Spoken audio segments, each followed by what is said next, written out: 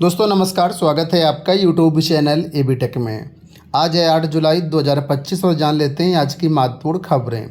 सबसे पहली जो अपडेट है वो देखें, शिक्षा सेवा चयन आयोग में नई भर्तियों को लेकर के अपडेट है। अधियाचन के मामले को लेकर के शिक्षक भर्ती के लिए अधियाचन का प्रारूप तैयार। उत्तर प्रदेश शिक्षा सेवा चयन आयोग ने बेसिक, माध्यमिक व उच्च शिक्षा में शिक्षक भर्ती को अधियाचन का प्रारूप तैयार कर लिया है। इससे संबंधित फाइल प्रदेश के कार्मिक विभाग को भेज दी गई है। जल्द ही कार्मिक विभाग और आयोग के प्रतिनिधियों के बीच बैठक कर इस पर मुहर लग जाएगी। साथ ही शिक्षक भर्ती का रास्ता साफ हो जाएगा। सूत्रों का कहना है कि बेसिक, माध्यमिक और उच्च शिक्षा में शिक्षकों की भर्ती को लेकर के अलग अलग नियम हैं। ऐसे में विभागों से रिक्त पदों का अधियाचन प्राप्त करने को अलग अलग प्रारूपों की ज़रूरत पड़ेगी। प्रारूप लगभग फाइनल है, लेकिन इस पर अंतिम मोहर अभी नहीं लगाई गई है। जल्द ही कार्मिक विभाग में बैठक की जाएगी और अगर कोई विसंगति सामने आती है तो उसे दूर किया जाएगा। कार्मिक विभाग से अधियाचन के प्रारूप को अंतिम मंजूरी मिलने के बाद इसे एनआईसी को भेज दिया जाएगा, जिसके बाद रिक्त पदों का अधियाचन मंगाने के लिए पोर्टल तैयार किया जाएगा। इस प्रक्रिया को पूरा होने में 1 महीने का वक्त लग सकता है। इसके बाद बेसिक, माध्यमिक और उच्च शिक्षा विभाग से निर्धारित प्रारूप पर रिक्त पदों का अधियाचन मंगा करके नई भर्ती का विज्ञापन जारी किया जाएगा। तो कुल मिलाकर निदेशालय ने प्रारूप तैयार किया है। प्रारूप को अभी भेजा गया है कार्मिक विभाग के पास। कार्मिक विभाग और आयोग मीटिंग करके इसको फाइनल करेंगे। अगर कोई विसंगति है तो उसमें फिर से मॉडिफिकेशन होगा।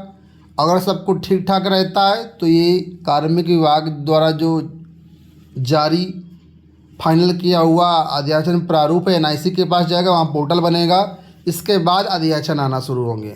तो कुल मिलाकर के कम से कम 1 से 2 महीने का वक्त मान के चलिए। अभी आप यहाँ देखिए अपडेट है कि स्टाफ नर्स के चयनितों का अभिलेख सत्यापन 15 से।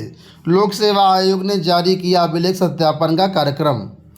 तो यहाँ पर अपडेट है कि उत्तर प्रदेश लोक सेवा आयोग ने स्टाफ नर्स के चयनित अभ्यर्थियों के लिए अभिलेख सत्यापन का कार्यक्रम जारी कर दिया है। स्टाफ नर्स यूनानी के चयनितों का अभिलेख सत्यापन 15 जुलाई और आयुर्वेद के चयनितों का अभिलेख सत्यापन 15 से 17 जुलाई के बीच कराया जाएगा।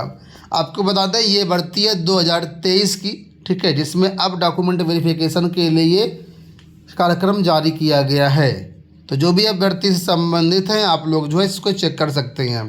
इसके साथ ही यूपीपीएससी से प्रवक्ता भर्ती के प्रवेश पत्र जारी कर दिए गए हैं। कल इसके बारे में हमने आपको अपडेट दिया था कि राजकीय डिग्री कॉलेजों में 2017 की ये भर्ती है, जिसके लिए अभ्यर्थियों के प्रवेश पत्र जारी किए गए हैं। कई सारे विषयों की परीक्षाएँ हो गई हैं। 2 विषय बचे थे यहाँ पर। ये 2 विषय हैं, प्रवक्ता संगीत सितार और प्रवक्ता संगीत वादन तबला। इसके लिए 17-18 जुलाई को स्क्रीनिंग परीक्षा कराई जाएगी और स्क्रीनिंग परीक्षा सिर्फ क्वालिफाइंग होगी। इसके बाद अभ्यर्थियों का इंटरव्यू के बेस पर यहाँ पर सिलेक्शन होगा।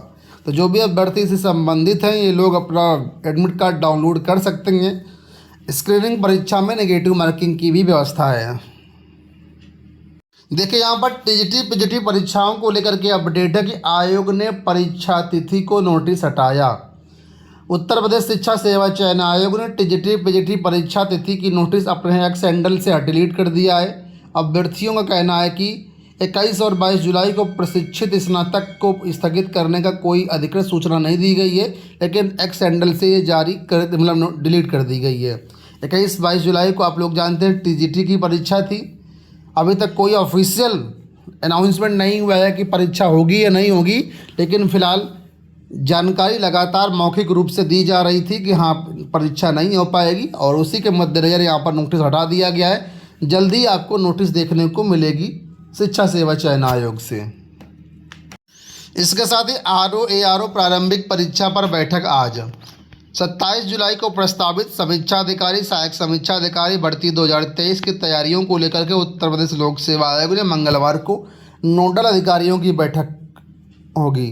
11 फरवरी 2024 को प्रारंभिक परीक्षा के दौरान पेपर लीक के कारण सरकार को परीक्षा निरस्त करनी पड़ी थी।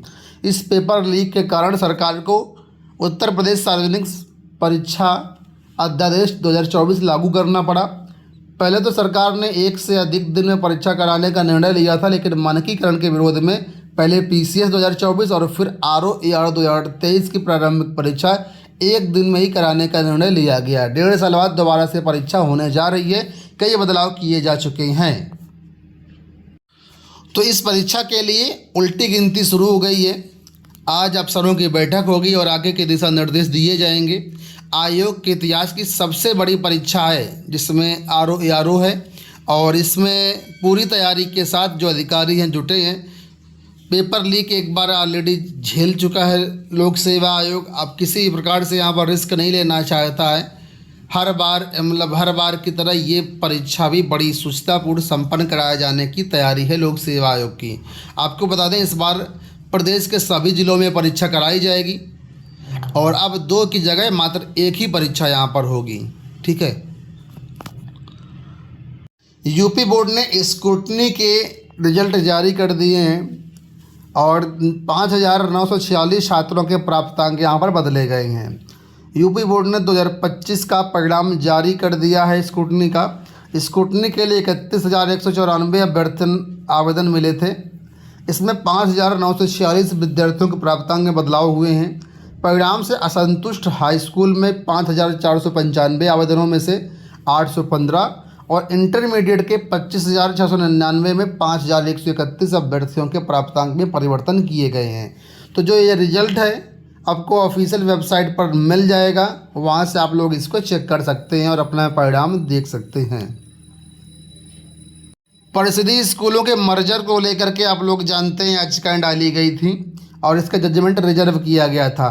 तो कल हाईकोर्ट ने इसका जजमेंट सुनाया है और इसमें सरकार को बड़ी राहत मिली है। सरकार को विलय करने की मतलब एक तरीके से आदेश दे दिया गया कि आप विलय करिए, कोई दिक्कत नहीं है।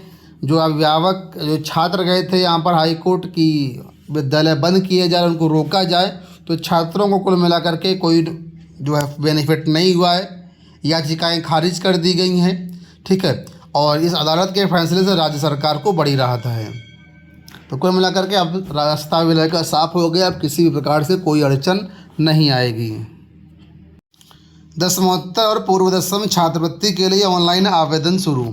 कक्षा 9 और 11 के लिए जो स्कॉलरशिप होता है, ठीक है, तो 9 से 12 के लिए इसको पूरा बोला जाए तो इसके लिए समय सारणी जारी कर दी गई है। आवेदन शुरू हो चुके हैं। छात्र छात्राएं 30 अक्टूबर तक ऑनलाइन रजिस्ट्रेशन कर छात्रवृत्ति के लिए आवेदन कर सकते हैं। फिलहाल यहाँ पर आपको बता दें कि सरकार की पूरी प्लानिंग है कि जो लोग तुरंत आवेदन कर देंगे, पहले आवेदन कर देंगे, उनको 2 अक्टूबर को छात्रवृत्ति दे दी जाएगी। अंत में यहाँ पर अपडेट है कि MPPSC ने फूड सेफ्टी ऑफिसर का नोटिफिकेशन जारी किया है। Madhya Pradesh public service commission ने फूड सेफ्टी ऑफिसर के पदों पर भर्ती निकाली है। इसके लिए आप लोग 16 जुलाई से 12 अगस्त तक आवेदन कर सकते हैं। ठीक है। तो ये हो गई दोस्तों आज की सारी अपडेट। उम्मीद करेंगे वीडियो आपको पसंद आया होगा। इसी तरह के अपडेट के चैनल को सब्सक्राइब कर लीजिए। मिलते हैं नेक्स्ट वीडियो में। धन्यवाद।